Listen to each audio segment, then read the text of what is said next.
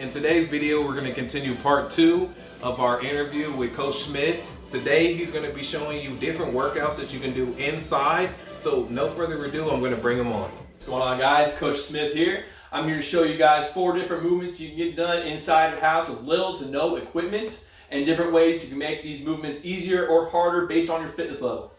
So the first movement I'm going to teach you guys today is just normal squat. It's one of the best bang for your buck movements you can have. All right, and make sure when you do a squat that if you're going to load it up, make sure you can do a full bodyweight squat for at least 30 seconds and hit depth comfortably. And by depth, I mean making sure you get all the way down here so that your knees and your hips are on the same plane before you move on to actually adding resistance to the movement. So for my resistance today, I'm going to use a loaded backpack, and it's heavy. My fiance's in grad school, so I got a lot of books in here. So the first progression we're going to do is the front loaded squat, all right? Making sure our feet are shoulder width apart. And when we do a squat, we're going to make sure we have 3 points of pressure in our feet into the floor, all right? You want to make sure you have your heel, your big toe, and your little toe pressing equally down at all times. So I'm here, I'm going to come down evenly in all 3 points, hitting depth, and then pushing the floor away from me and coming up. And once you get to the point where that's too easy, you can go ahead and add in a press at the bottom for core stability.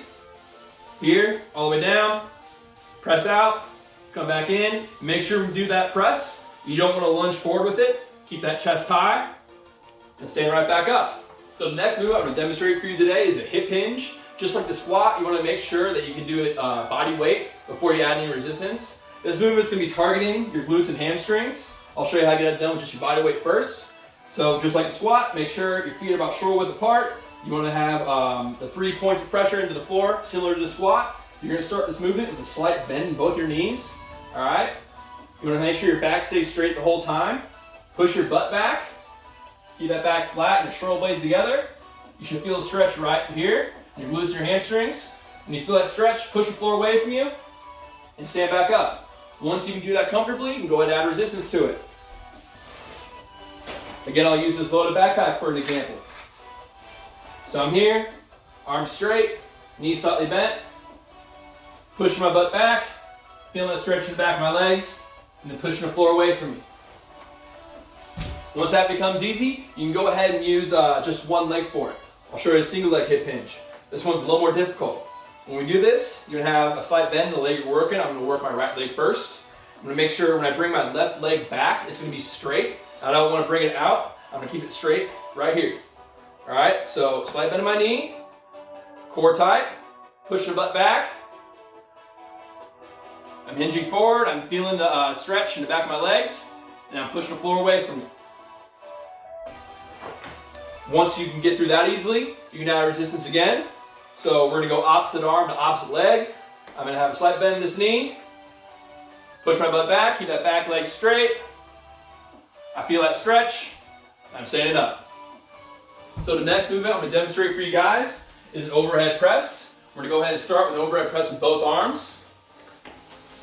So we'll start here, making sure our stance, shoulder width apart with our feet. You don't want to have our elbows too wide. Keep your elbows underneath the weight right here. Press straight up. Lock your arms out, bring your head through. Come straight back down. Make sure you don't have a crazy arch in your back. A slight arch in your upper back spine. But you don't want to be right here. Make sure you still have some sort of tension in your core the whole time.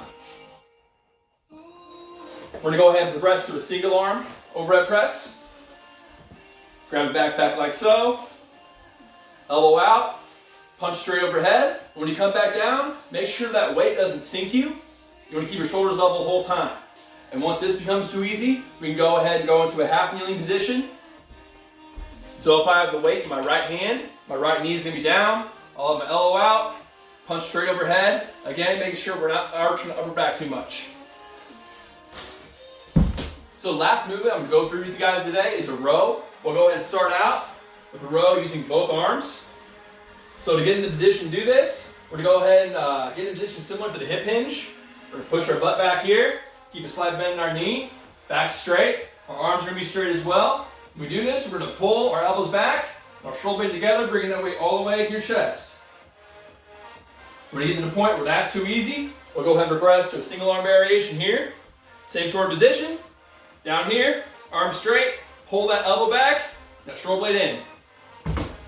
Hope you guys enjoyed the video today. If you're a beginner, you're gonna make sure you start each exercise using anywhere from 2 to 4 sets of 8 to 12 reps. And if you wanna add another layer of difficulty to it, you can go ahead and slow the movement down and add in some pause reps as well. If you guys have any questions or concerns about the workout, or just want to get a hold of me, you can go ahead and look in the description box below. It includes my email and all social media. I would love to hear from you. So, I hope you enjoyed the video today. That was part 2 of our indoor workout. It goes well with the video we shot yesterday. So, please subscribe, like, share, and be ready for our part 3 that's also dropping shortly after the part 2. And I'm out. Hell yeah. That was good.